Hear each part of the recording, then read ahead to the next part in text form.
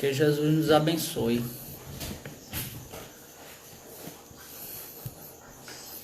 Estamos iniciando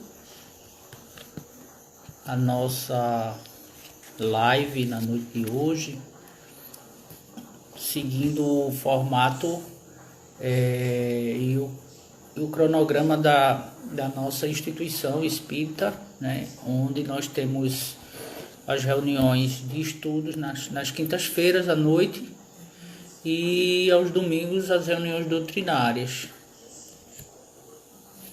E nesse momento nós vamos estar iniciando a nossa live com o tema Enfermidades da Alma, que se encontra escrito no livro Dias Gloriosos, de Divaldo Pereira Franco, por Joana de Ângeles. Mas antes disso, vamos iniciar os nossos trabalhos com a prece, né? Como de costume, não é um ritual, mas sempre estamos rogando a espiritualidade amiga para o apoio da mesma, para que nos inspire, para que dê tudo certo, para que a gente possa realizar o nosso trabalho na noite. Nesse momento, rogamos a espiritualidade amiga, aos nossos anjos de guias, ao nosso querido mentor familiar, da nossa casa de oração e trabalho, Henrique Salazar Azevedo de Castro, demais espíritos amigos, simpáticos que ora nos assistem, para que possamos, nesse instante, unidos em um só pensamento, realizarmos o nosso trabalho de divulgação da doutrina espírita, e que essa mensagem possa chegar até o lar de cada um que está conectado e que nos sirva de orientação espiritual, de alimento para as nossas almas, nos conduzindo para dias melhores aqui no nosso planeta. Então, desde já, vamos saudar, né, os nossos irmãos que já estão se conectando, nossa irmã Lenice Tica, Inês, Dona Maria, Luiz Cláudio. E o tema, como já foi dito, está no livro Dias Gloriosos, de Joana de Ângeles, psicografado por Divaldo Pereira Franco, com o tema Enfermidades da Alma. Na realidade, acredito que esse tema me escolheu, né? E a gente diz assim, o tema nos escolhe, não a gente escolhe o tema. E acredito que ele é muito atual e muito pertinente para os dias de hoje, porque nós estamos nos deparando a cada dia com irmãos nossos, sejam eles de diversas religiões, sejam elas de diversas etnias, culturas, que desenvolvem em algum momento de suas vidas uma enfermidade, uma doença, uma patologia, seja ela do corpo, seja ela do espírito. Então, boa noite, Inês, seja bem-vinda. Vou começar lendo um pouco sobre esse tema de Joana de Ângeles, quando ela começa assim: sendo o cérebro humano um conjunto de equipamentos muito delicados para os ministérios que lhe dizem respeito, prossegue profundamente ignorado na sua essencialidade. Embora as notáveis conquistas alcançadas pelos estudiosos especializados, hoje os neurocientistas vêm se debruçando e se aprofundando muito na questão do cérebro, do nosso cérebro, né? Através dos exames de imagem, né? Das tomografias de PET scan, Então vem se delineando, né, os locais, as áreas cerebrais responsáveis pelas emoções, pelas cognições, pelos movimentos motores do nosso corpo, pela fala, pela audição, pelos sentidos. Então hoje estamos avançando muito nesses aspectos, mas como ela diz, ainda prossegue profundamente ignorado na sua essencialidade. Muito ainda precisamos compreender sobre esse órgão essencial que nós temos, que se chama o cérebro. A começar pelas recuadas doutrinas dos humores de Galeno até as demonstrações de Gall com a frenologia e mesmo através dos avançados conhecimentos dos neurônios e suas funções, assim como das admiráveis identificações das finalidades dos seus hemisférios esquerdo e direito, um largo pêlago já foi conquistado. Então, diante disso tudo, nós já avançamos muito com relação a essa questão do estudo do cérebro. Hoje nós já percebemos intervenções cirúrgicas através da robótica, né? Intervenções cirúrgicas menos invasivas hoje, né? Sanando alguns problemas, algumas doenças que podem estar ocasionando o mau funcionamento desse órgão que é tão essencial para que o nosso espírito possa se manifestar. Apesar disso, uma infinidade de funções ainda permanecem por ser mapeada e estabelecidas suas relações com a vida presente, pensante, comportamental, emocional e orgânica dos seres humanos. No que diz respeito à saúde, a sua ação é decisória na criatura, na razão de ser o decodificador do pensamento. Veja como é interessante isso. O Joana de Ângeles diz que o nosso cérebro é o decodificador do pensamento.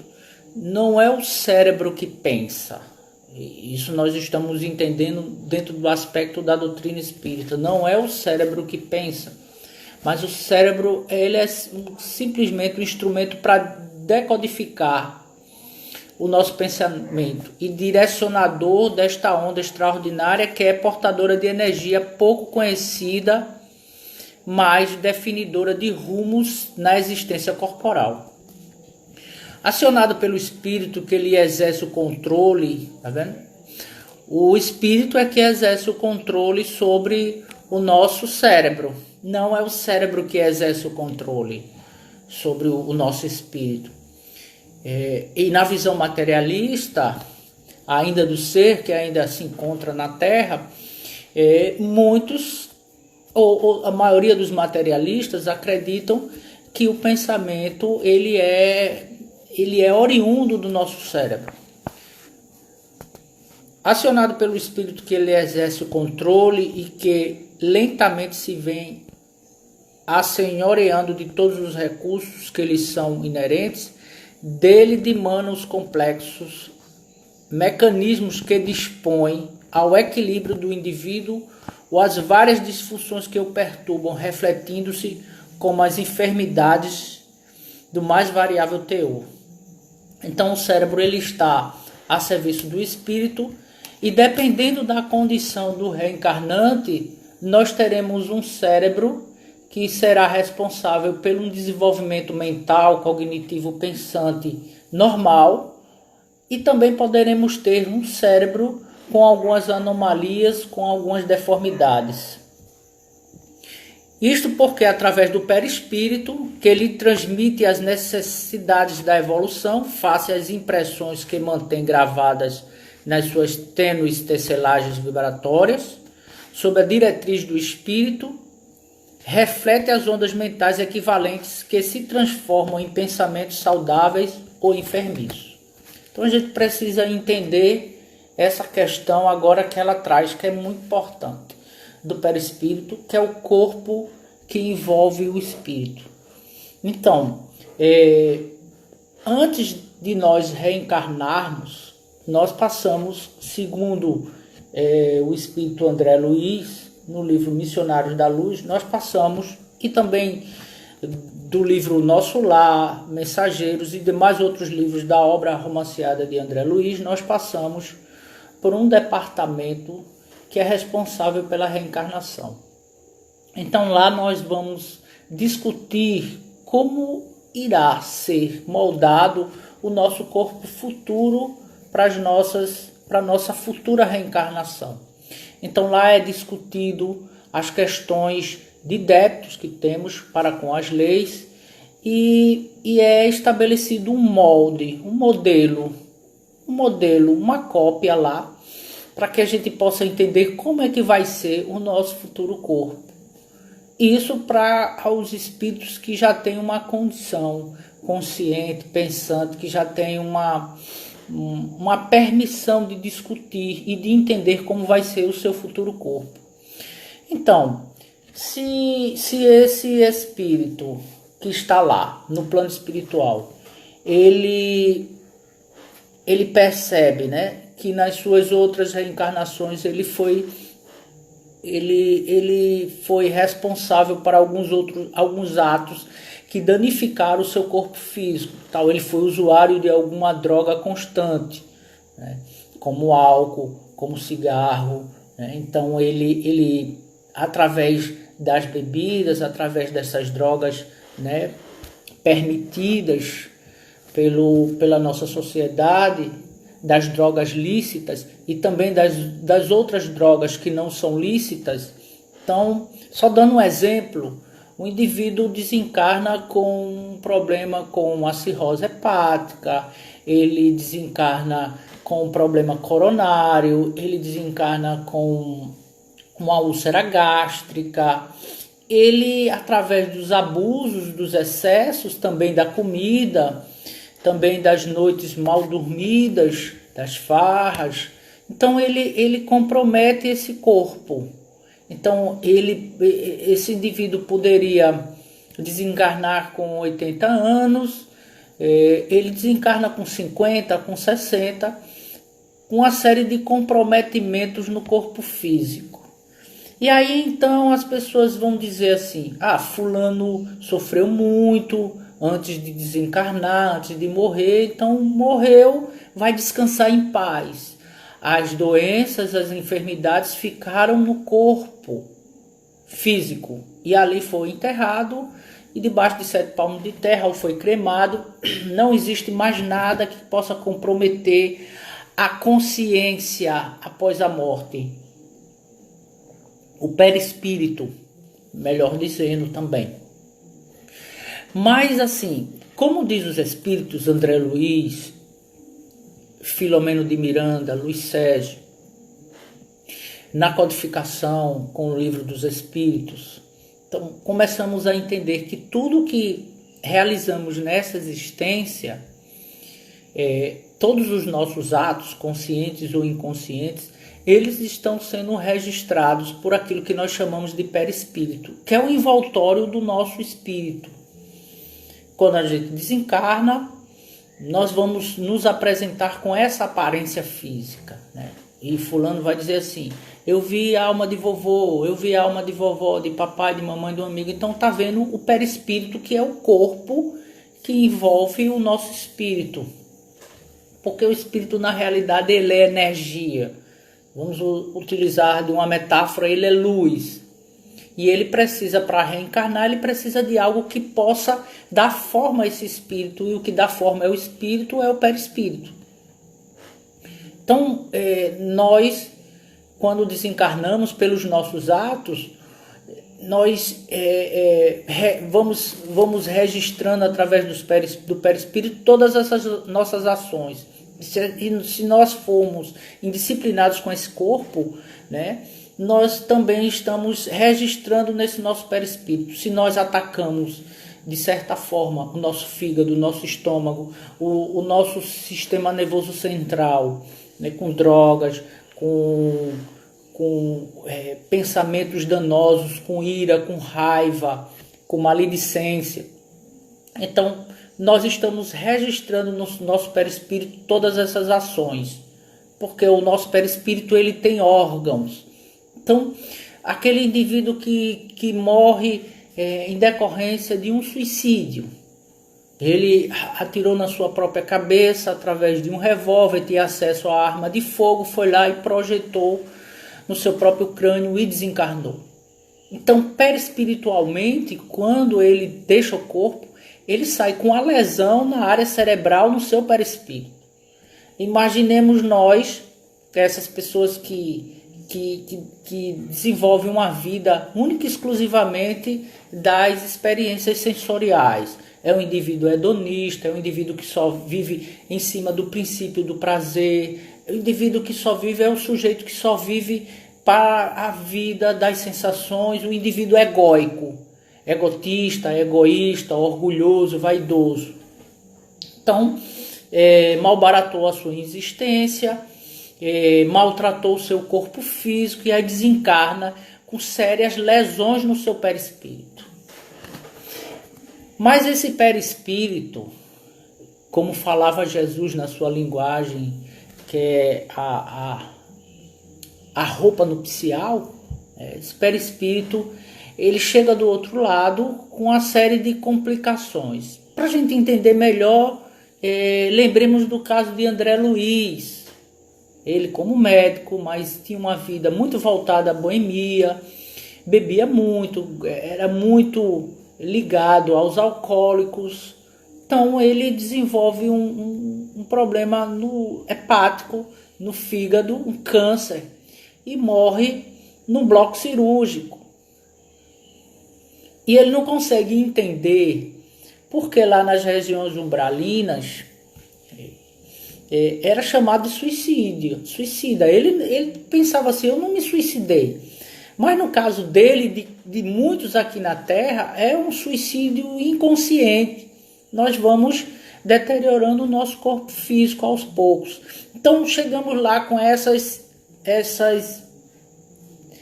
enfermidades perispirituais, essas deformidades, essas degenerações no perispírito, e em um outro momento nós chegamos a uma conclusão que precisamos voltar, reencarnar no seio familiar, da qual nós já estamos vivenciando há séculos, porque essas nossas famílias, elas não são de agora, esses conjuntos familiares, eles já são de muitos e muitos séculos, só estão mudando a roupagem dos atores e o cenário. Deixamos de viver em determinadas cidades, em determinados países, mas vamos nos agrupando. Então chega um momento de discutir a nossa volta. Aquele indivíduo que tirou a sua própria vida através de um projétil, de uma arma de fogo e danificou o seu cérebro físico, também danificou o seu cérebro perispiritual. Então, vamos precisar necessariamente reencarnar quantas vezes forem necessárias. Eu vou perguntar, Jorge, quantas vezes você vai precisar reencarnar? Não sei. Vai aí uma porção de vezes. Não estou muito preocupado para isso. Eu sei que preciso reencarnar. Me analiso, faço minhas análises constantes, levo minhas questões também para minha analista e vejo dessa necessidade que vou ter de várias vezes voltar ao corpo físico para estar quite com as leis de Deus que estão escritas na nossa consciência, na nossa mente, no nosso psiquismo. O indivíduo, quando vai reencarnar, esse perispírito dele, né, ele vai receber uma redução perispiritual. André Luiz fala muito disso. O espírito entra numa espécie de esquecimento, de torpor, porque ele precisa se esquecer das coisas que ele viu no plano espiritual, ele precisa esquecer das questões que ele viveu nas experiências passadas. Isso tudo fica arquivado no nosso inconsciente profundo, no nosso inconsciente coletivo, tudo armazenado de forma organizada. É o maior HD que existe na face da Terra, é o nosso perispírito. Então esse perispírito ele é reduzido até chegar na forma da criança, na forma de um bebê, e há aí mais ou menos um encaixe. E quando nós nascemos totalmente inconsciente das nossas experiências na vida, na erraticidade, no plano espiritual.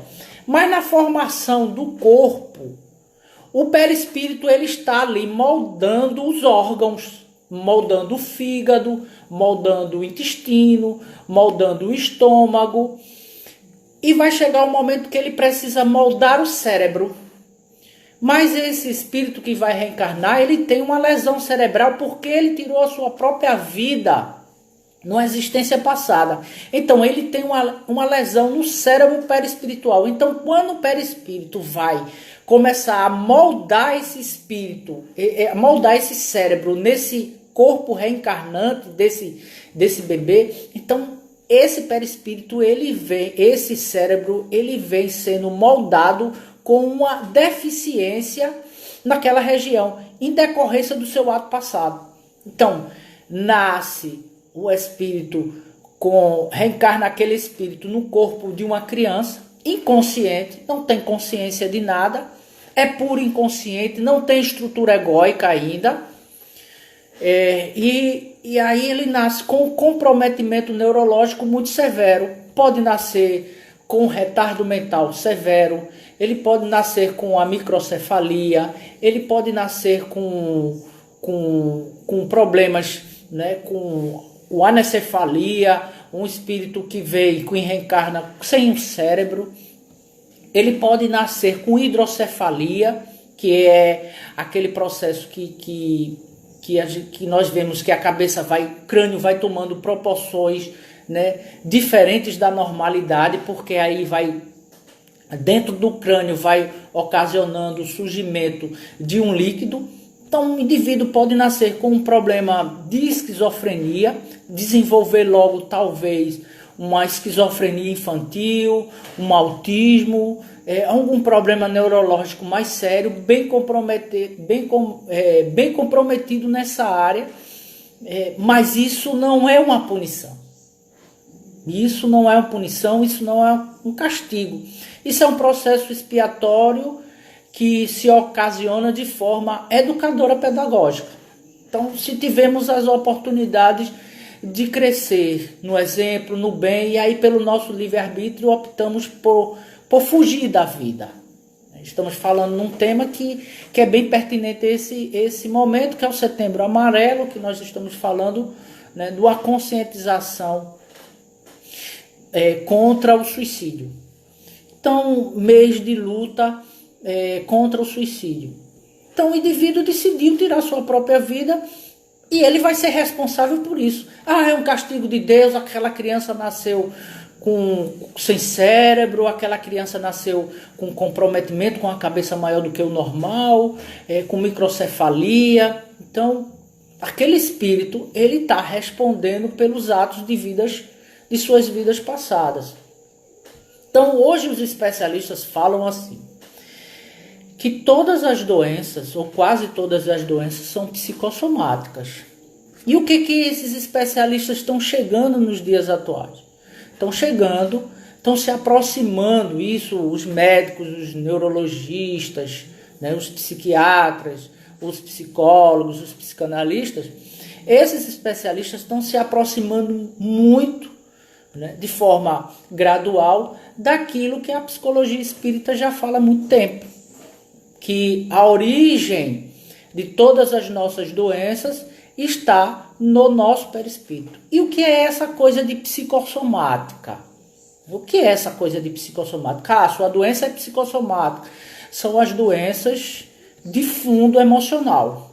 Então, os especialistas falam que quase todas as doenças que são psicossomáticas, a causa é uma emoção. Então, se a gente pega o exemplo desse caso, desse suicida, o problema dele, da sua questão, da sua doença hoje, não é uma emoção dessa encarnação passada. É uma emoção, é um afeto não organizado, não equilibrado, que o levou a tomar uma decisão através do desespero. Então, ele tirou a sua própria vida através de um tiro na sua própria cabeça. E hoje ele chega numa condição bem comprometida. não tem condições, o cérebro dele não dá condições do espírito se manifestar normalmente. Vamos usar uma metáfora. Um violonista, né?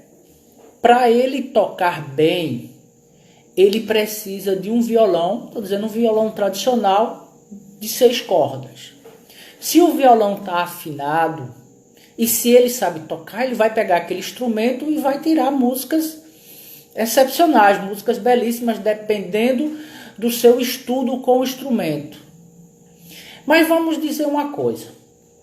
Vamos pegar esse instrumento, esse violão, e vamos partir as cordas. Vamos tirar as 6 cordas dele. Então vamos tirar as cordas e aí, por mais que o violonista seja muito virtuoso, muito bom, que ele conheça de música clássica, de jazz, de blues, de MPB, mas quando ele pegar aquele violão, ele não vai conseguir tirar a melodia, ele não vai conseguir tocar porque está faltando as cordas. A mesma coisa é o espírito quando reencarna com um corpo com uma deformidade física. Ele tem um espírito, mas não vai ter a condição de poder se manifestar. Por quê? Ele não tem um cérebro organizado de forma perfeita, de forma com a sua homeostase adequada para que ele possa manifestar o seu pensamento. Mas estávamos falando da questão das doenças psicossomáticas, que são as doenças de fundo emocional. E as doenças psicossomáticas são aquelas em que a emoção consegue lesionar um órgão. Porque existem os transtornos de histeria conversiva, os transtornos somatoformes, a conversão, que aí são problemas psíquicos, emoções que nós vamos ter, conflitos psicológicos que vão nos levar à disfunção dos órgãos, mas não vão deteriorar os nossos órgãos. Um exemplo, no final do século XIX, na Sociedade de Viena, e mais precisamente na Europa, aconteceu, vou utilizar esse termo, um surto de casos de histeria. Então, o eminente neurologista Martin Charcot, em Paris, começou a analisar e estudar os casos de histeria através da hipnose. E Freud, como naquele momento estava se formando em medicina, ele ganhou uma bolsa e foi para Paris estudar com esse professor de neurologia, Charcot, francês, esses casos de histeria. E isso deixou ele muito instigado, intrigado, né? O que leva as pessoas a desenvolver um problema histérico. Elas perdem a visão em determinado momento, mas quando o médico vai analisar, não tem nenhuma lesão óptica.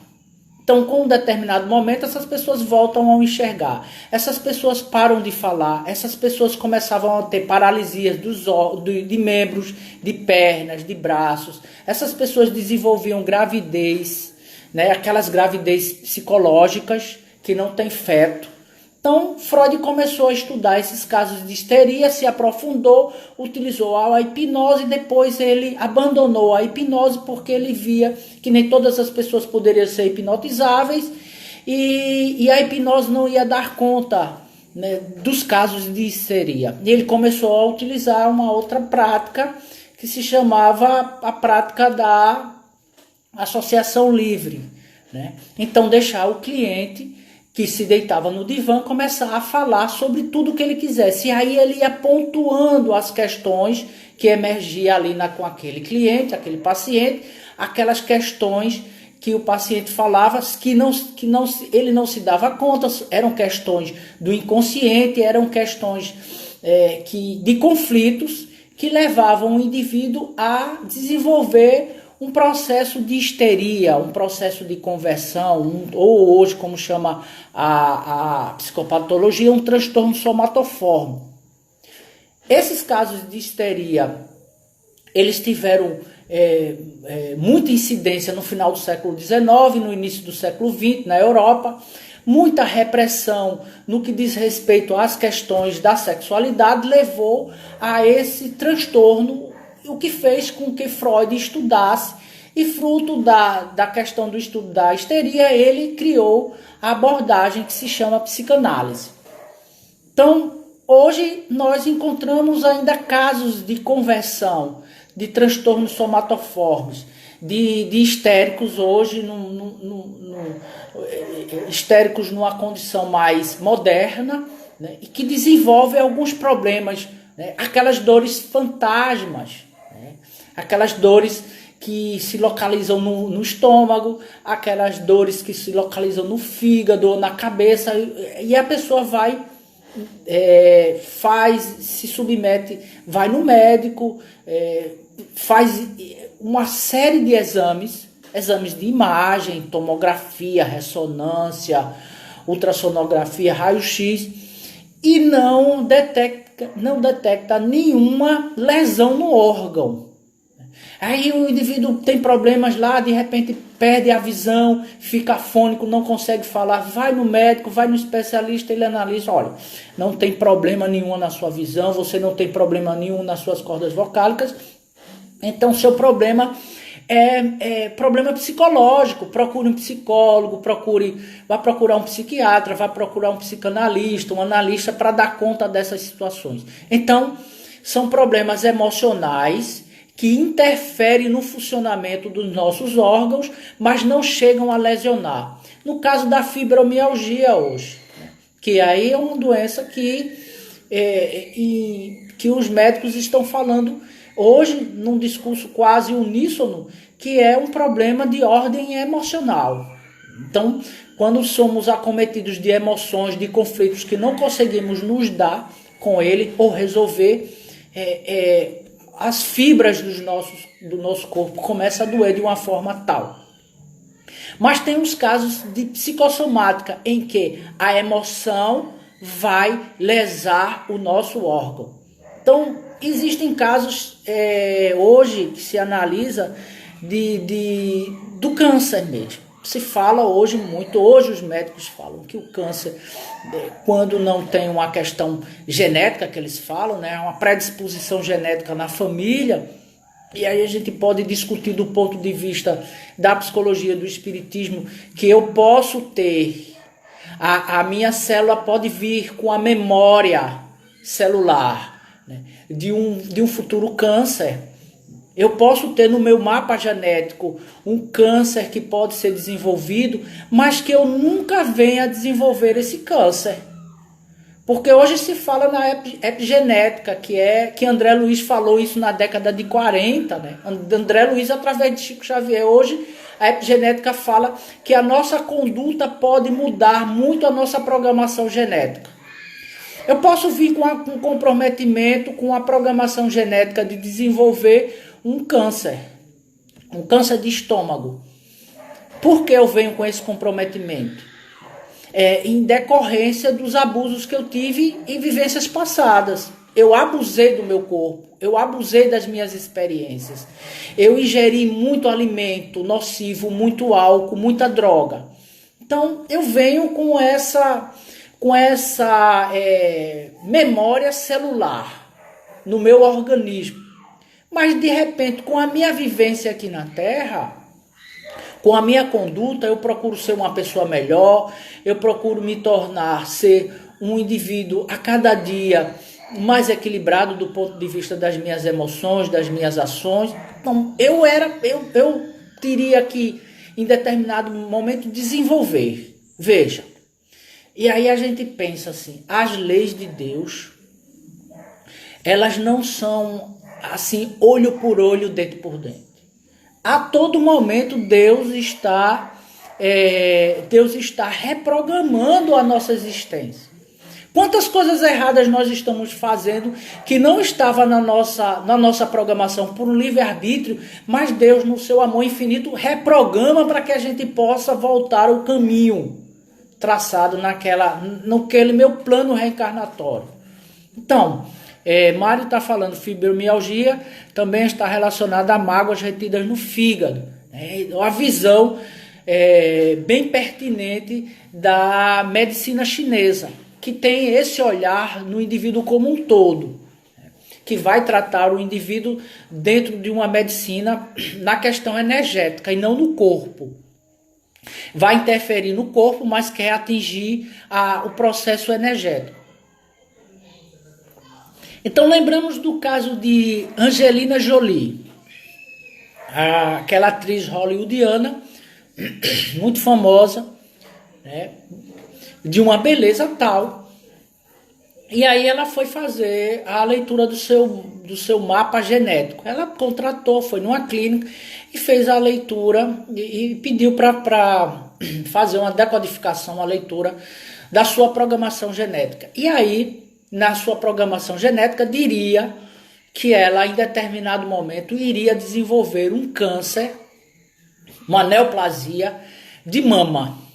Então, o que foi que Angelina Jolie fez?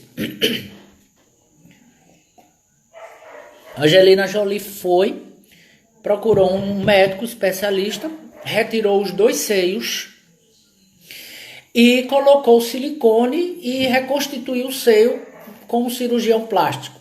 Na certeza de que, se eu tiro os seios, eu não vou desenvolver o câncer de mama em determinado momento da minha vida. Então, a epigenética diz assim, que você pode ter uma programação, dentro do seu mapa genético, você pode ter uma programação para desenvolver uma úlcera estomacal. Mas o seu comportamento, o gerenciamento das suas emoções vai fazer com que você não desenvolva essa questão dessa úlcera estomacal.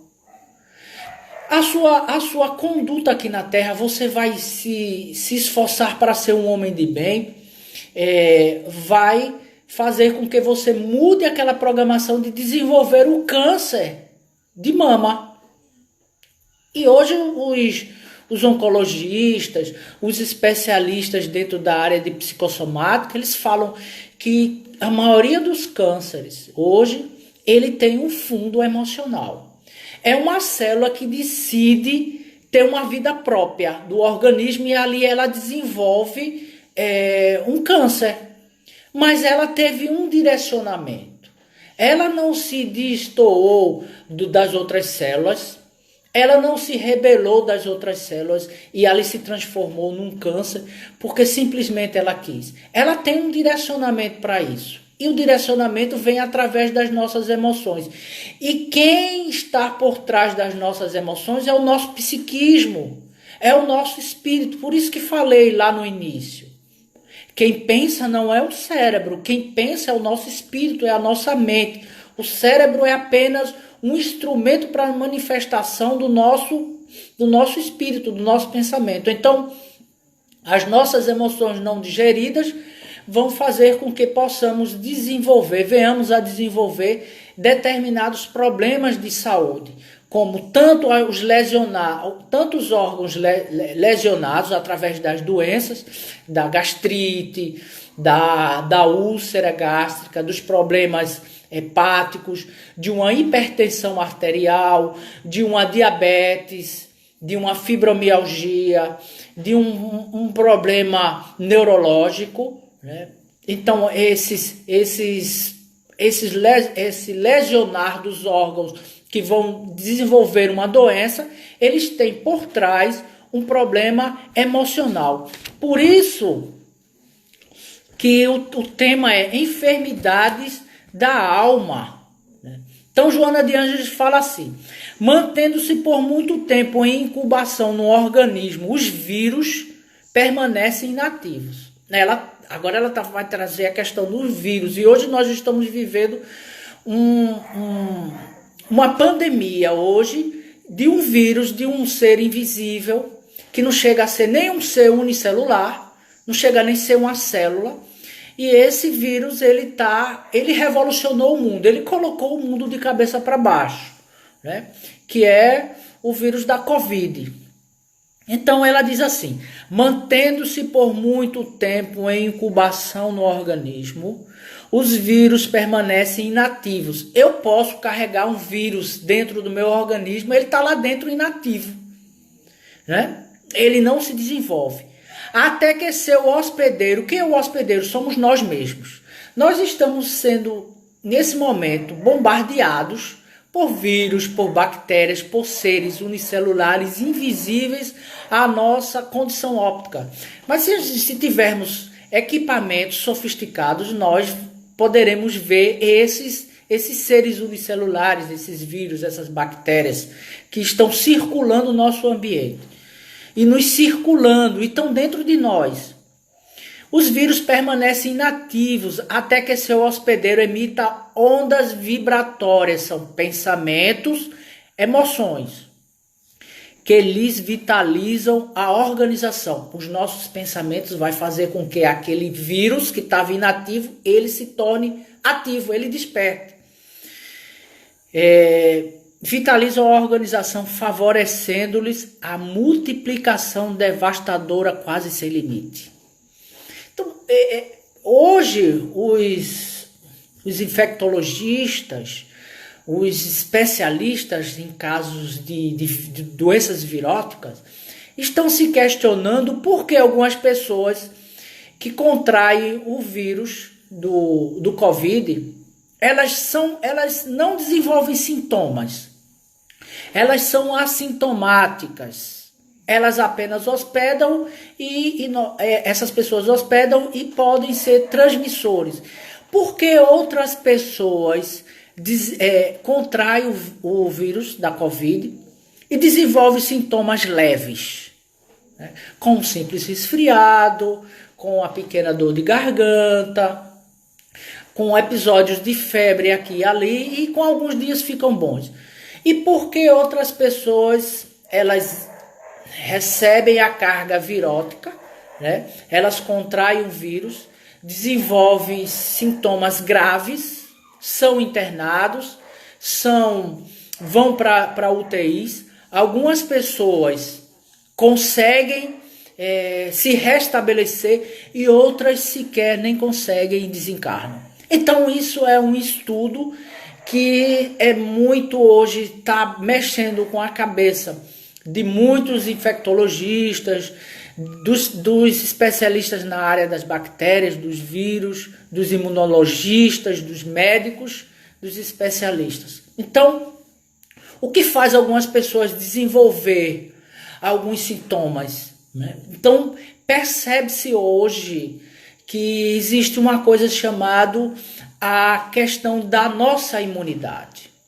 E os neurocientistas começaram a entender, mapeando o cérebro, que quando estamos estamos vivenciando um estado de estresse, de muita preocupação, de muita ansiedade, o cérebro começa e partes do corpo começam a despejar na nossa corrente sanguínea noradrenalina, adrenalina, cortisol, cortisona. Então esses neurohormônios, os especialistas, os neurocientistas, eles começaram a perceber que esses neurotransmissores, eles vão na nossa corrente sanguínea se conectar diretamente às nossas células de imunidade. E quando eles se conectam às células de imunidade, eles destroem essas células. Em compensação, os neurocientistas começaram a estudar e a mapear esse cérebro, que estamos avançando cada vez mais, e eles começaram a entender que quando estamos meditando, quando estamos orando, quando desenvolvemos uma atividade de filantropia, de caridade, eles começaram a perceber que nós ativamos determinadas áreas cerebrais. E que ao ativar essas áreas cerebrais, nós vamos o cérebro vai lançando na corrente sanguínea outros neurotransmissores, como a dopamina, como a serotonina, como a endorfina, que vão se conectar diretamente com as células de imunidade e vão nos proteger contra as invasões das bactérias, dos vírus, que vão nos dar uma condição de alívio das dores, das nossas dores. Então, os cientistas começaram a observar isso, e também no momento em que estavam mapeando o cérebro, quando o indivíduo estava meditando, quando o indivíduo estava orando, o que foi que eles fizeram? Eles coletaram o sangue dessas pessoas, e quando eles foram fazer um exame, né, químico, bioquímico desse sangue, eles perceberam que o sangue estava repleto desses neurotransmissores. Então é a ciência que nos chega para corroborar essas informações de que as nossas doenças, ela tem um fundo emocional. Ah, George, você pode perguntar assim, as pessoas, elas têm uma vida saudável, elas são religiosas, elas são caridosas, mas desenvolveram uma doença. Há 10, 20 anos fulano vem lutando contra um câncer. E essa pessoa não era tão boa? Essa pessoa não gerenciava bem as suas emoções? Essa pessoa não era tão caridosa? E o que foi que fez levar ela a desenvolver um câncer? Por que ser uma pessoa tão boa? Então, vamos voltar ao início, lá com o André Luiz. Se nós não encontramos as causas emocionais, os distúrbios psíquicos nessa existência que possa desencadear um problema físico, uma doença, então as causas estão numa existência ou em existências passadas que foram registradas pelo nosso perispírito, e que essa túnica nupcial ela precisa voltar à casa do Pai. As inúmeras casas do Pai, ela precisa voltar de forma translúcida, de forma alva, de forma branca, de forma transparente. Então, a emoção de uma vida passada, um comportamento destoante, uma agressividade, uma vida voltada muitas vezes à criminalidade, não só contra o nosso corpo, mas contra a vida alheia, fez com que a gente registrasse no nosso perispírito aquela mágoa, aquela falta, aquela nódoa. Então eu não encontro uma razão. Não existe na família nenhum caso de câncer de fígado, de câncer de estômago. Não tem um histórico genético. E o indivíduo tinha uma vida tão boa. Mas o indivíduo era um santo numa linguagem popular, mas desenvolveu um câncer. É um resgate de vidas passadas.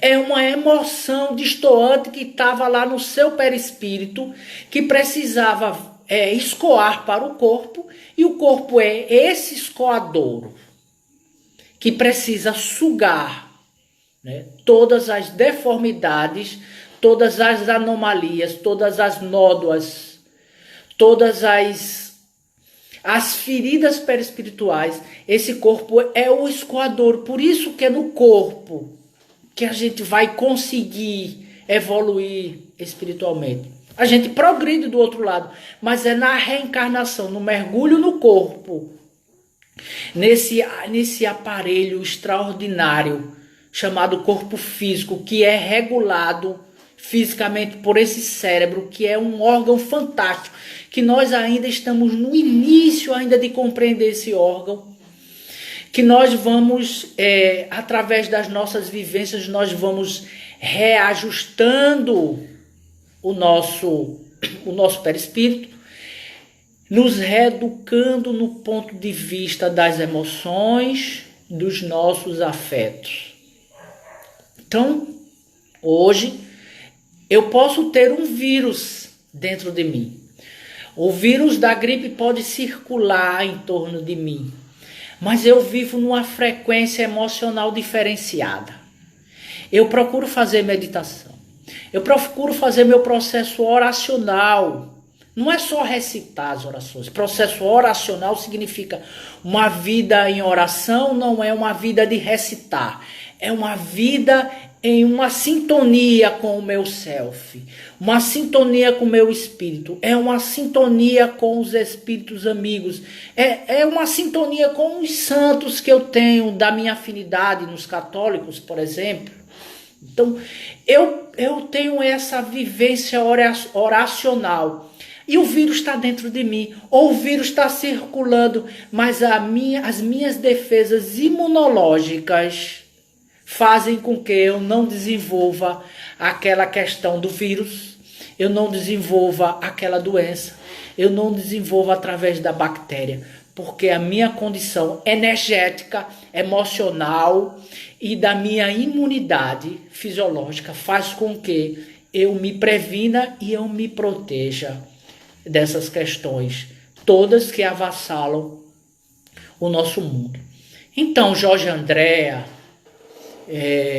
no seu livro Distonias Psíquicas, ele fala que o saudoso Jorge Andréa, psiquiatra e espírita, ele fala que chegará o tempo em que as cirurgias elas serão realizadas não mais com as intervenções invasivas do corpo, porque por mais que tenhamos avançado no campo dos anestésicos, das cirurgias, a utilizar-se da robótica, da informática, do laser, mas essas cirurgias são invasivas e nos causam dor. Ele diz que chegará um momento em que as cirurgias serão realizadas na causa. E onde é essa causa? As cirurgias serão realizadas no perispírito, antes mesmo da doença se instalar no corpo. As energias serão realizadas do ponto de vista energético. É uma proposta hoje da acupuntura, porque a acupuntura vai tratar, certo que já existe a doença no corpo, mas ela vai querer tratar na questão energética para que a energia perispiritual, o nosso fluido vital, ele possa reestruturar a lesão que nós ocasionamos no nosso corpo físico. Mas Jorge Andréa diz assim, que chegará um tempo que as cirurgias serão realizadas no ponto de vista energético no nosso perispírito. Antes mesmo do câncer, da neoplasia se instalar no corpo somático, essas cirurgias serão realizadas com equipamentos sofisticados, bem mais na frente. E quando nós, seres humanos, já tivermos a condição psíquica e o merecimento espiritual de estarmos já sendo submetidos para esse processo cirúrgico não invasivo, não doloroso. As cirurgias espíritas hoje, aquelas que não são realizadas com os cortes, as cirurgias perispirituais, as cirurgias espíritas hoje já são a demonstração de que essas intervenções são realizadas no perispírito.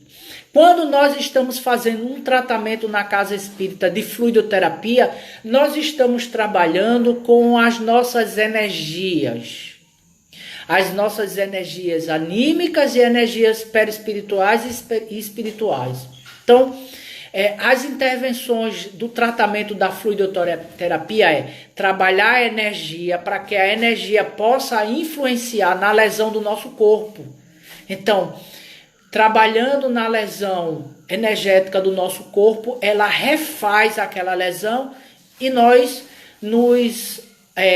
nos apercebemos e somos merecedores da nossa saúde, da nossa revitalização do nosso corpo físico. Então, nós vamos entendendo hoje o porquê os médicos e os especialistas estão falando que todas as nossas doenças são psicossomáticas, ou todas as nossas enfermidades, ela tem um fundo emocional. Quando nós não lesamos um órgão, nós desenvolvemos um problema psicológico, um problema, um transtorno psíquico, uma depressão, um transtorno de ansiedade, né? Uma neurastenia, um processo de conversão, uma histeria de conversão. Nós podemos desenvolver um toque e outros transtornos da ordem da psicopatologia. Então, com essas informações, diante dessas informações que a doutrina espírita nos traz, nós já começamos a ter uma ciência de como deveremos viver aqui na Terra. Então ela fala assim, a saúde é desse modo o atestado natural da vida. O atestado natural da vida é a saúde. Nós estamos aqui para angariar a nossa saúde física e espiritual e emocional. Que se saiba, Jesus jamais enfermou. Quando Jesus veio à Terra, ele não sofria de nenhum conflito psicológico, nenhum transtorno de personalidade, nenhum conflito com a sua própria sombra, nenhum problema de saúde física. Jesus era um homem integral, um espírito puro. Jesus jamais enfermou. Jesus chorou de medo no Monte das Oliveiras. Ali não foi medo. Quando ele fala, sobretudo, quando as narrativas dos apóstolos traz, Jesus estava naquela situação diante dele de introspecção, de uma angústia, não de uma angústia com medo, mas de uma angústia que fazia com que ele pudesse entrever o futuro da humanidade, das suas ovelhas, o que elas iriam ainda passar. Porque ele trouxe uma proposta de saúde integral e as pessoas não entenderam e não quiseram utilizar. E até hoje nós estamos ainda tentando colocar essa proposta de saúde integral nas nossas consciências, que é o Evangelho. E Jesus estava chorando naquela situação porque via a condição dos seus tutelados, que ainda iriam sofrer muito. Jesus jamais enfermou, Jesus jamais teve medo, Jesus jamais teve essa angústia desestruturante. Jesus jamais titubeou, era um homem integral, um homem senhor das suas emoções. A proposta que Jesus nos traz é para que um dia nós possamos chegar à condição de um Cristo, senhor das nossas emoções. Não precisar mais tomar remédio para dormir, não precisar mais tomar remédio para dor, não precisar, sinto muito, Mário, procurar os especialistas da acupuntura, não precisar mais de procurar os psicólogos, os psiquiatras, os psicanalistas. O homem do futuro vai ser o homem senhor das emoções como um Cristo, como Jesus. Ele jamais enfermou. Mesmo quando assodado por provocações, que ele foi muito provocado, por provocações insensatas ou fustigado para os debates inúteis, muito do agrado das personalidades doentias de ontem como de hoje. Ele foi fustigado, foi assodado, ele foi provocado, mas ele não saía do seu desequilíbrio.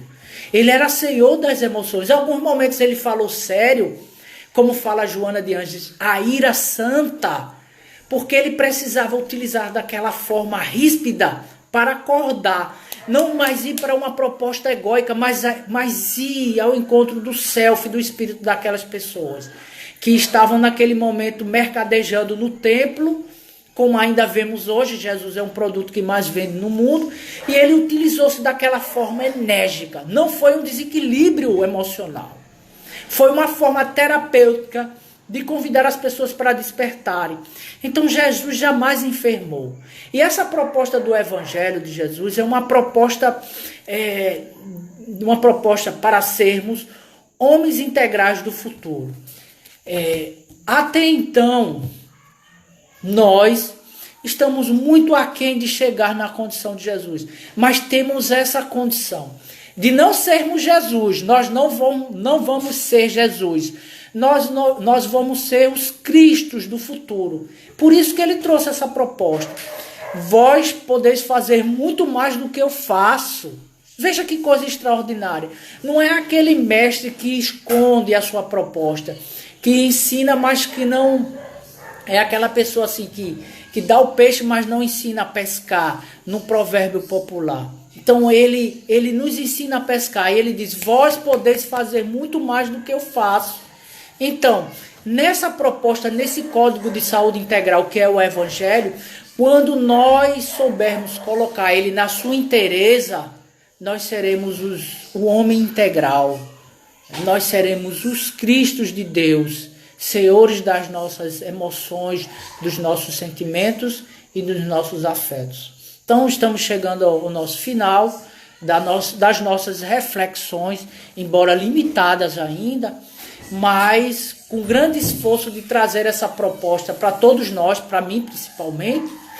E vamos nesse momento rogar a Deus, a Jesus, através da nossa prece final, agradecer a Ele, a essa oportunidade de estarmos vivos, de estarmos caminhando nessa proposta de Jesus, que é de nos tornarmos pessoas completistas, seres integrais. Agradecer pela saúde, agradecer a todos nós que estamos assistindo, que de alguma forma ou outra estamos sendo protegidos diante dessa pandemia que assola a nossa terra, de estarmos passando por esses estágios a qual a terra está vivenciando. E se hoje estamos sendo vitimados por alguma enfermidade, nós temos hoje a ciência de que somos os responsáveis por isso. Agradecer a Deus, a Jesus, a essa consciência. Agradecer a Jesus, a essa proteção que todos estamos tendo, aos espíritos, aos cristãos. E pedir aos espíritos, porque nós somos espíritos ainda carentes. Eu não tenho vergonha de dizer. Eu ainda, graças a Deus, ainda somos neuróticos, né? E ainda não resolvidos, mas espíritos pedintes, carentes, neuróticos. Não tenho vergonha de dizer isso.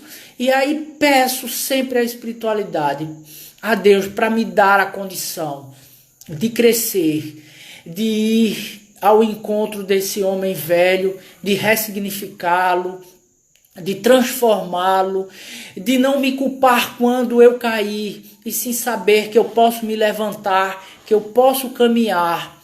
E essa é a proposta da doutrina espírita, essa proposta de nos tornarmos seres melhores a cada dia, o homem integral, o homem de bem, o verdadeiro espírita, que seja aquele que vem todos os dias buscando, através dessa reforma interior, se tornar um ser cada dia melhor nas nossas existências. Agradeço a todos que fizeram seus comentários, a Maria Cessa, a Mário Penaforte que está interagindo, a Janete, a Norma, a Claudeci, a todos que fazem o Caminho da Luz, a todos os nossos irmãos espíritas, simpatizantes, que fazem o movimento espírita em Pernambuco, na nossa cidade.